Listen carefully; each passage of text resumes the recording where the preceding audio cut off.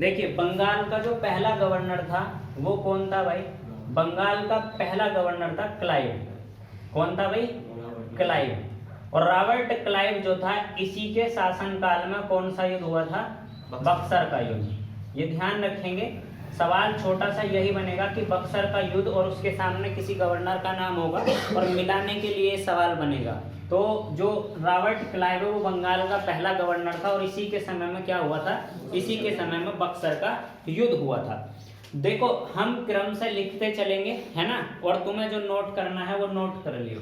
दूसरा हमारे पास है बंगाल का जो पहला गवर्नर जनरल था, है ना, बंगाल का पहला गवर्नर जनरल कौन था भाई? Warren Hasting. तो ये जो वारेन हेस्टिंग था,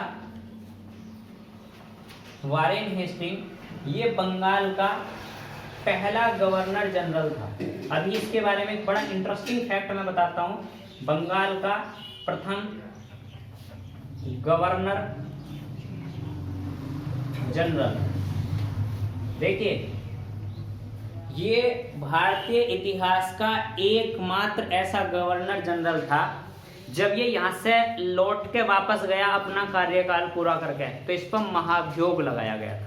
क्या लगाया गया था? महाभियोग। तो एकमात्र ऐसा गवर्नर जनरल कौन है जिस पर महाभियोग की प्रक्रिया लगाई गई थी यहाँ से जाने के बाद में? तो आंसर क्या होगा? आंसर होगा Warren Hasting. Warren Hasting Bengal का पहला गवर्नर जनरल था और ये ऐसा एकमात्र गवर्नर जनरल है जिसके ऊपर कौन सी प्रक्रिया लगाई गई थी? महाभियोग की प्रक्रिया लगाई गई थी। उसके बाद देखिए अगर तुमसे पूछा जाए कि न्यायिक सेवा का जन्मदाता कौन है? कौन भैया?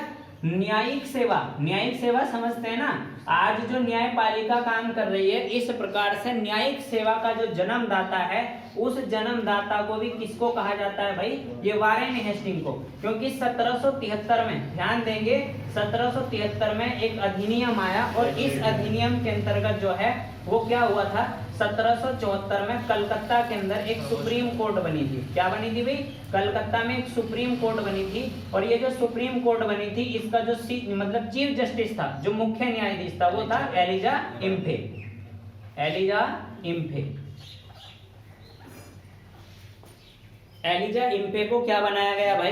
एलिजा इम्फे को इस सुप्रीम कोर्ट का मुख्य न्यायाधीश बनाया गया। ये ध्यान रखना है। देखिए वारेन हेस्टिंग से 2-3 सवाल बनते हैं। पहला सवाल है ये बंगाल का पहला गवर्नर जनरल था।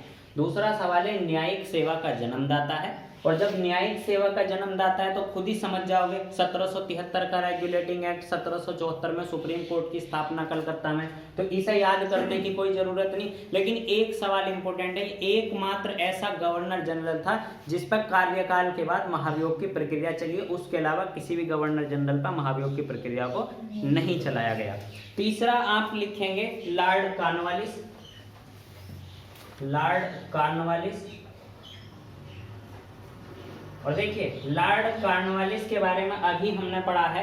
लॉर्ड कॉर्नवालिस जो है इसी ने जो है बंगाल में स्थायी बंदोबस्त को लागू कराया, है ना। बंगाल, बिहार और उड़ीसा में जो भू राजस्व की प्रणाली थी, कौन सी प्रणाली? स्थायी बंदोबस्त। तो स्थायी बंदोबस्त को किसने लागू कराया भाई? स्थायी बंदोबस्त को लागू कराया लॉर्ड कॉर्नवालिस ने। और लॉर्ड कॉर्नवालिस ने जब इसको लागू कराया तो 2 चीज यहाँ ध्यान रखेंगे। देखिए एक तो तुम्हें बेस तौर पे ये ध्यान रखनी है, भारत में सिविल सेवा का जनक किसको कहा जाता है? सिविल सेवा समझते हैं ना भाई? भारत में जो सिविल सेवा का जनक है वो सिविल सेवा का जनक कौन है? सिविल सेवा का जनक है लॉर्ड कॉर्नवालिस। दूसरा एक बड़ा महत्वपूर्ण सवाल ये है, देखिए लॉर्ड कॉर्नवालिस की मृत्यु कहाँ हुई थी? ये छोटा सा सवाल है। सवाल इसलिए महत्वपूर्ण है, यूपी की परीक्षा है, यूपी की परीक्षा के लिए महत्वपूर्ण इसलिए सवाल बन जाता है कि इसकी जो मृत्यु हुई थी वो कहाँ हुई थी? गाजीपुर। नाम सुना है ना, गाजीपुर जिला उत्तर प्रदेश का, तो उत्तर प्रदेश के गाजीपुर में इसकी मृत्यु हो गई। तो 3 सवाल यहां से बने। कौन कौन सा सवाल? Lord Cornwallis. लॉर्ड कॉर्नवालिस ने स्थायी बंदोबस्त को प्रारंभ किया। स्थायी बंदोबस्त का दूसरा नाम क्या है? जमींदारी प्रथा है। ये कहाँ लगाई गई थी? बंगाल, बिहार और उड़ीसा में लगाई गई थी। भारत में सिविल सेवा का जनक कौन है? लॉर्ड कॉर्नवालिस है। और लॉर्ड कॉर्नवालिस की जो मृत्यु हुई थी वो कहाँ हुई थी? उत्तर प्रदेश के गाजीपुर में। अब उसके बाद देखते हैं लॉर्ड वेलेस्ली। सहायक संधि का जन्मदाता किसको कहते हैं भाई? सहायक संधि।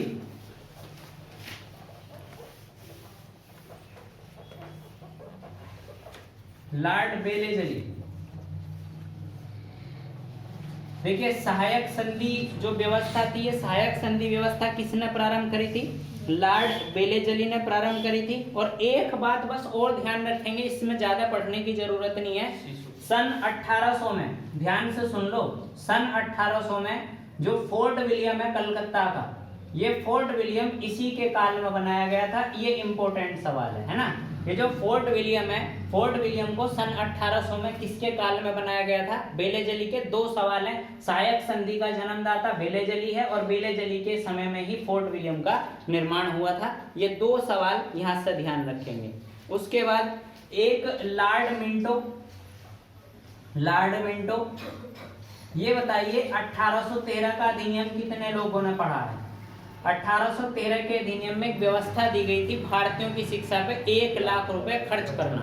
तो भारतीयों की शिक्षा पे 1 लाख रुपए खर्च करने की जो बात थी, ये कौन से गवर्नर जनरल के शासन में कही गई थी? लॉर्ड मिंटो के। बस यहाँ से इतना सवाल बनेगा, इससे ज्यादा सवाल कोई नहीं बनेगा। ठीक, तो लॉर्ड मिंटो 1813 में भारतीयों की शिक्षा पे 1 लाख रुपए खर्च करने की बात अंग्रेज सरकार ने स्वीकार कर ली और इसको 1 लाख रुपए को भारतीयों की शिक्षा पे लगाया जाना शुरू किया गया। उसके बाद आप लिखेंगे विलियम एंटिक। विलियम एंटिक, और विलियम एंटिक के बारे में जो पॉइंट है वो एक तो ये है कि इसने सती प्रथा का अंत कर दिया और ठगी प्रथा का अंत कर दिया। ध्यान से सुनेंगे, सती प्रथा का अंत जो है ये किया गया 1829 में, और ठगी प्रथा का अंत, ठगी प्रथा का जो अंत किया गया वो कब किया गया? 1830 में। एक मूवी बनी थी आमिर खान की, देखी होगी, ठगी प्रथा। कौन सी थी? ठग्स करके कुछ मूवी आई थी ना, एक मूवी थी, मेरे ख्याल में आमिर खान की मूवी थी। आमिर खान ने उसमें ठग का रोल करा था, है ना? हाँ, मतलब इस तरीके से थी, ठग के ऊपर थी। तो ठगी प्रथा का जो अंत करने वाला था वो कौन था? William antique. और सब लोग जानते होंगे भारत को चाय से परिचित किसने कराया है? विलियम वेंटिक ने। ये सवाल भी महत्वपूर्ण है। फिर उसके बाद हमारे पास जो है, बस एक आप लिख लेंगे ऑकलैंड। देखिए ऑकलैंड की उपलब्धि ये थी कि ऑकलैंड ने जो शेरशाह सूरी मार्ग था, शेरशाह सूरी मार्ग कहाँ से कहाँ तक है? कलकत्ता से पेशावर तक, है ना? ये कलकत्ता से पेशावर तक शेरशाह सूरी ने रोड बनवाया था, तो इसको शेरशाह सूरी मार्ग बोलते थे। ऑकलैंड ने इसका नाम जो है वो क्या कर दिया था? जीटी रोड कर दिया था। तो शेरशाह सूरी मार्ग का नाम जीटी रोड किसने करा था? ऑकलैंड ने किया था। ठीक, उसके बाद हमारे पास है डलहौजी। डलहौजी, देखिए डलहौजी ने व्यपगत का जो सिद्धांत था, व्यपगत का सिद्धांत बोलते हैं किसको भाई? विलय का सिद्धांत। ध्यान देंगे, व्यपगत का सिद्धांत बोलते हैं विलय का सिद्धांत। और विलय का जो सिद्धांत था इसको कौन लाया था भाई? इसको डलहौजी लाया था।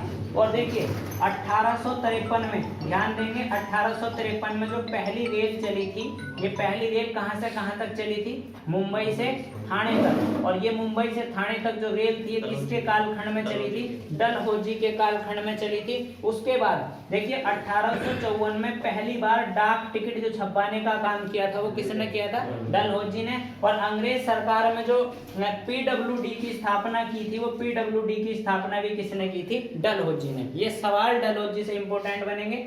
बेलेजली सहायक संधि 1800 में फोर्ट विलियम, लॉर्ड मिंटो 1813 में भारतीयों की शिक्षा पे 1 लाख रुपए का खर्च, विलियम एंटिक ने सती प्रथा और ठगी प्रथा का अंत किया। 1 साल का डिफरेंस है 1829 और 1830 में। ऑकलैंड ने शेरशाह सूरी मार्ग का नाम बदल कर जीटी रोड कर दिया। डलहौजी ने व्यपगत का सिद्धांत लगाया और 1853 में पहली रेल मुंबई से लगाकर ठाणे तक चली। और 1854 में पहली बार डाक टिकट छपवाए गए और पीडब्ल्यूडी विभाग की स्थापना हुई।